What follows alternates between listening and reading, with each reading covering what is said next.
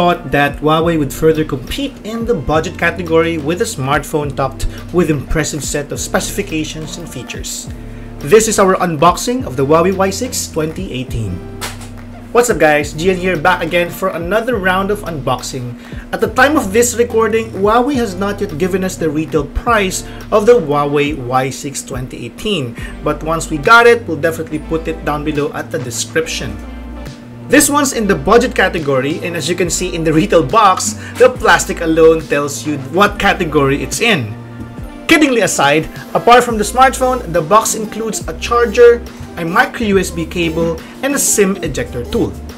For a budget smartphone, this phone does not definitely look like one. It slightly resembles the Huawei Nova 2 Lite, albeit lacks the fingerprint sensor, 4 camera systems, Kirin chipset, and a few other hardware stuff. Here's a quick comparison between the Huawei Y6 and the Nova 2 Lite.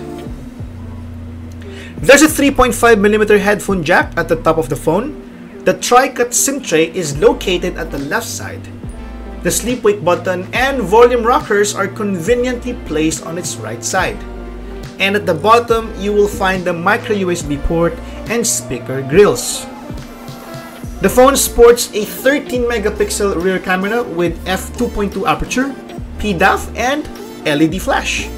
The camera in front is 5 megapixels with f2.2 aperture and selfie toning flash.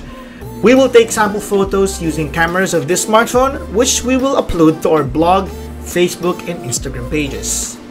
Well, that's about it. That has been our quick unboxing of the Huawei Y6 2018. This has been Gian of Gadget Pilipinas. Watch out for our full review of this smartphone on our website.